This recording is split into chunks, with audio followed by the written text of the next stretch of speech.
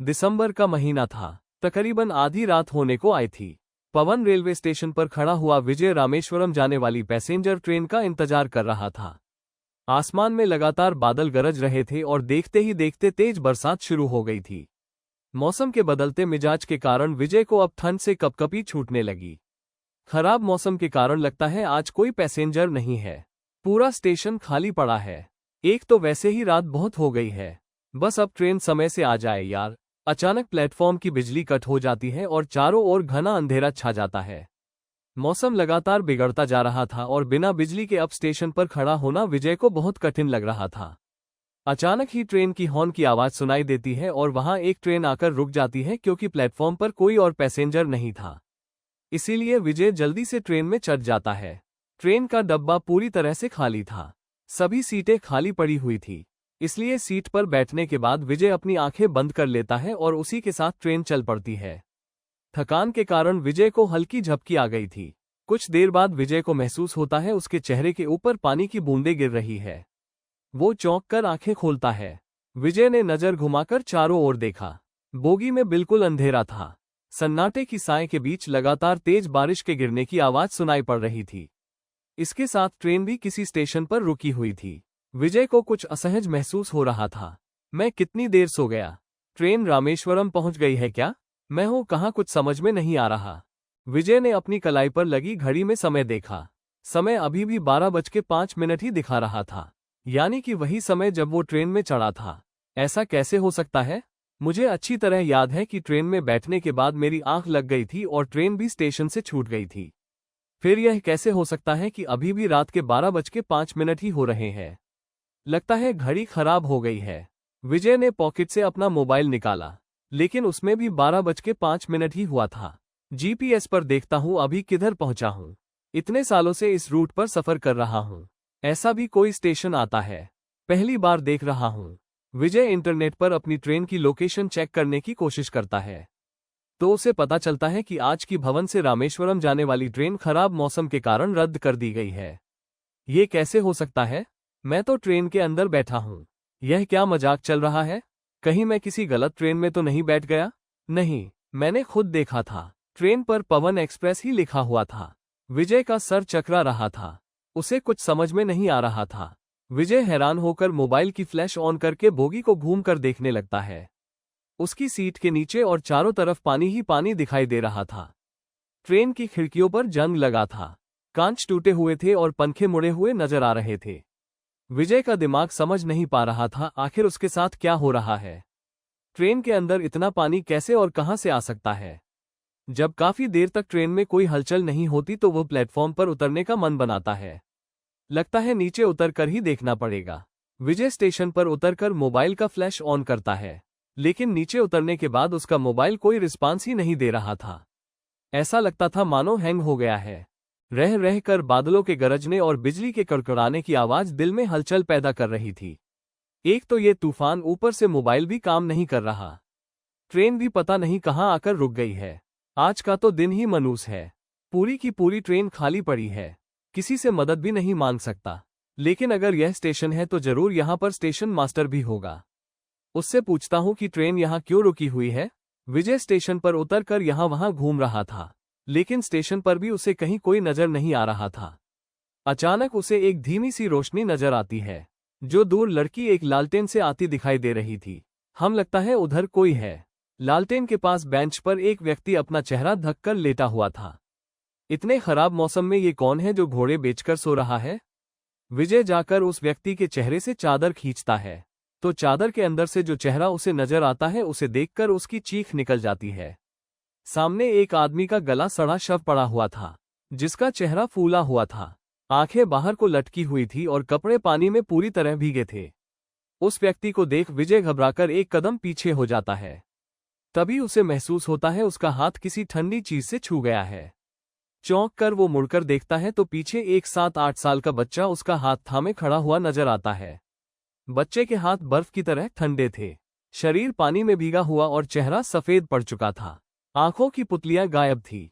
ऐसा लगता था जैसे वो कोई जीवित बच्चा नहीं बल्कि मुर्दा हो। विजय का रोम रोम डर से कांप उठा था। तभी बेंच पर लेटा व्यक्ति उठ खड़ा होता है। कहाँ जाओगे बाबू? तो तुम बोल कैसे सकते हो? तुम तो, ये सब मेरा वहम है, ये सब सच नहीं हो सकता। विजय बच्चे से अपना हाथ छुड़ाकर उल्टे पांव भागने लगता है। तभी उसे सीटी की आवाज सुनाई देती है। ये सिटी, लगता है टीटी है। उसने मुझे देख लिया है। थैंक यू भगवान, मुझे तो लगा था आज ये मुर्दे मुझे यहां से जिंदा लौटने ही नहीं देंगे। अंधेरे में विजय को कोई व्यक्ति सामने खड़ा नजर आता है, जो सीटी बजाकर उसे रोकने का इशारा कर रहा था।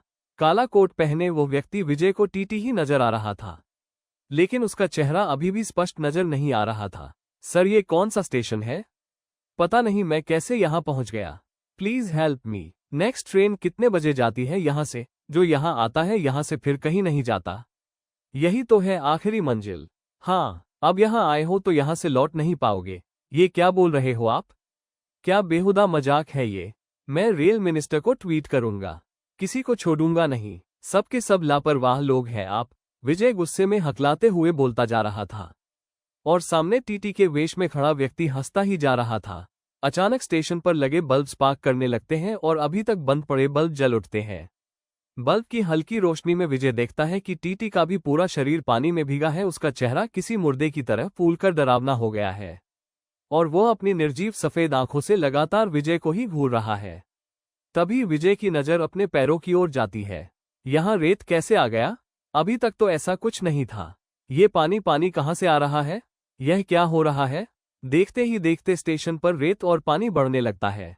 ऐसा लगता था कुछ देर में पूरा स्टेशन पानी में डूब जाएगा। विजय बुरी तरह घबरा गया था। वो सर पर पांव रखकर दौड़ने लगता है। तभी सामने लगे बोर्ड पर उसकी नजर जाती है, और इसी के साथ उसकी सांस अटकने लगती है। धनुषकोडी, ये धनुषकोडी स्टेशन है। लेकिन ये कैसे हो सकता है? ये स्टेशन तो 50 साल पहले समुद्र में समा गया था। उसके बाद से इस रेलवे लाइन पर कभी कोई ट्रेन नहीं आई। ये सच नहीं हो सकता। ये सब मेरे दिमाग का वहम है। मैं शायद कोई बुरा सपना देख रहा हूँ। ये सच नहीं हो सकता। तभी विजय की नज़र सामने से आते पानी पर जाती है, जो तेजी से उसकी ओर ही बढ़ रहा था। विजय को कोई रास्ता नहीं सूझ रहा था। तभी प्लेटफॉर्म पर खड़ी हुई उसकी ट्रेन हॉर्न देती है। लगता है ट्रेन छूटने वाली है। विजय दौड़ते हुए वापस ट्रेन में चढ़ जाता है और उसी के साथ ट्रेन रफ्तार पकड़ लेती है। ट्रेन में बैठने के बाद विजय देखता है कि इस बार ट्रेन खाली नहीं है, बल्कि ट्रेन में काफी लोग सवार हैं। एक औरत गोद में बच्चा लेकर उसे सुला रही है। एक आदमी सीट पर बैठा झपकी ले रहा है। विजय भी जाकर सीट पर बैठ जाता है और जोर जोर से सांस लेने लगता है। डर और घबराहट के कारण अचानक उसको चक्कर आता है और वह अपने होश खो बैठता है। अगली सुबह उसकी नींद लहरों की आवाज से खुलती है। आंख खोलकर वो खुद को रामेश्वरम में समंदर के किनारे पाता है। सूरज उग चुका था। सब कुछ बिल्कुल नॉर्मल लग रहा था। लोग आ जा रहे थे, मछुआरे जाल डाल रहे थे। सब बिल्कुल ऐसा था जैसे कभी कुछ हुआ ही ना हो। मैं बच गया। विजय ने उलट-पलट कर अपने हाथ देखे। सब ठीक था, कोई चोट नहीं, कहीं कोई जख्म नहीं। शायद वो सब एक बुरा सपना था। हाँ, बुरा सपना ही था, लेकिन मैं यहाँ बीच पर। तभी उसकी नज़र दूर खड़े एक पुरानी ट्रेन के डब्बे पर पड़ी। विजय उसकी तरफ बढ़ने लगा। ट्रेन के दरवाजे पर पहुंचते ही उसका दिल तेजी से धड़कने लगा। अंदर वही सन्नाटा, वही जंग लगी सीटें, वही टूटे कांच, और फिर उसकी नज़र एक सीट पर पड़ी। वही सीट जहां कल रात विजय बैठा था। वहां एक लड़के की लाश पड़ी थी। बाल चेहरे पर बिखरे हुए, कपड़े गीले, चेहरा आधा सड़ा हुआ, आंखें बाहर। विजय धीरे धीरे आगे बढ़ा, और जैसे ही उसने नजदीक से वो चेहरा देखा, उसकी चीख निकल गई। वो लाश कोई और नहीं, खुद विजय ही था। उसका दिमाग सुन पड़ गया। नहीं, ये मैं नहीं हो सकता। मैं तो यहाँ जीवित हूँ। ये लाश किसी और की है। पता नहीं ये क्या हो रहा है मेरे साथ। अचानक विजय का पैर किसी से टकराता है। विजय ध्यान से देखता है। वो कल रात को बच्चे को सुला रही औरत की सड़ी गली लाश थी। उसके ही पास उसका बच्चा भी था। वो सभी लोग जो कल रात उसे ट्रेन में दिखाई दिए थे, सभी की सड़ी गली लाश ट्रेन के डब्बे में पड़ी नजर आ रही थी। विजय ट्रेन से निकलकर बाहर आता है और तेज कदमों से चलने लगता है। तभी उसे अपने पीछे से एक आवाज सुनाई देती है। उस रात ट्रेन धनुषकोडी के स्टेशन पर पहुंचने ही वाली थी। अचानक आए तूफान से समंदर में ऊंची ऊंची लहरें उठने लगी। इससे पहले कि कुछ कर पाते, पूरी की पूरी ट्रेन समंदर में समा गई। जो भी इस ट्रेन में बैठा था कभी वापस नहीं लौट सका। तू भी अब कभी वापस नहीं लौट सकेगा। धनुषकोडी में तुम्हारा स्वागत है। नहीं, नहीं, यह नहीं हो सकता। मैं तुम्हारी बातों में आने वाला नहीं हूँ। ये सब मेरे दिमाग का वहम है। मुझे यहाँ से दूर जाना होगा। विजय पूरी ताकत लगाकर दौड़ रहा था। तभी उसने महसूस किया कि दौड़ते हुए उसके पैरों के निशान रेत पर बन ही नहीं रहे हैं। वो बुरी तरह से चीख रहा था, लेकिन आसपास से गुजर रहे लोग उससे बिल्कुल अनजान थे। मेरे पैरों के निशान क्यों नहीं दिखाई दे रहे हैं? तो क्या मैं? विजय ने मुड़कर स्टेशन मास्टर की ओर देखा। उसे वहां टीटी के अलावा बाकी मर चुके लोगों की आत्मा भी खड़ी नजर आती है, जो हाथ से इशारा करके उसे अपने पास बुला रही थी। अगले ही पल वो खुद को फिर से धनुषकोडी रेलवे स्टेशन पर पाता है, जहां प्लेटफॉर्म पर ट्रेन खड़ी हुई थी। स्टेशन पर अंधेरा था और आसमान में कड़कती बिजली के साथ जोरदार बारिश हो रही थी। विजय की आत्मा बाकी लोगों की तरह हमेशा के लिए इस स्टेशन पर फंस कर रह गई थी, जो आज भी इंतजार कर रहे हैं कि इस स्टेशन पर कोई ट्रेन आए और उन्हें इस तूफान से बचाकर वहां से निकाल ले जाए। साल 1956 में धनुषकोडी में पूरी ट्रेन तूफान के कारण समुद्र में डूब गई थी। धनुषकोडी शहर वीरान होकर समुद्र में लीन हो गया था और तब से लेकर आज तक वो रेलवे स्टेशन खंडहर बना अपनी तबाही की कहानी खुद में समेटे खड़ा है। उस रात मरने वालों की आत्मा आज भी वहीं कैद है। तभी तो धनुषकोडी को घोस्ट सिटी कहा जाता है। अगर आप कभी रामेश्वरम जाए तो भूलकर भी रात के समय धनुषकोडी में ना रुके। आज की यह कहानी आपको कैसी लगी कमेंट में जरूर बताएं।